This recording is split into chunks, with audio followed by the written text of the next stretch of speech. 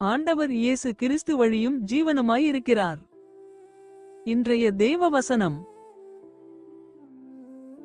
நீங்கள் தீவிரித்து புறப்படுவதில்லை, நீங்கள் ஓடிப்போகிறவர்கள் போல ஓடிப்போவதுமில்லை, கர்த்தர் உங்கள் முன்னே போவார், இஸ்ரவேலின் தேவன் உங்கள் பிறகே உங்களை காக்கிறவராயிருப்பார். ஏசாயா 82:12.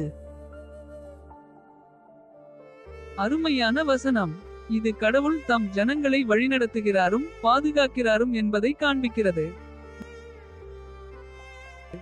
நீங்கள் தீவிரித்து புறப்படுவதில்லை, நீங்கள் ஓடிப்போகிறவர்கள் போல ஓடிப்போவதுமில்லை, கர்த்தர் உங்கள் முன்னே போவார், இஸ்ரவேலின் தேவன் உங்கள் பிறகே உங்களை காக்கிறவராயிருப்பார். இந்த வசனம் ஒரு அழகான நம்பிக்கையை கொடுக்கிறது. தேவன் நமக்கு முன்னும் பின்னும் இருந்து நம்மை வழிநடத்துகிறார், பாதுகாக்கிறார்.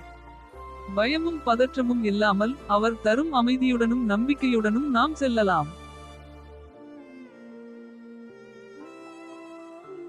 பிரார்த்தனை: கர்த்தாவே, நீங்கள் எங்களை ஒருபோதும் தவிக்க விடாமல் எப்போதும் எங்கள் முன்னே சென்று வழிநடத்துகிறவராகவும் எங்கள் பின்னால் இருந்து எங்களை காக்கிறவராகவும் இருப்பதற்கு உமக்கு நன்றி.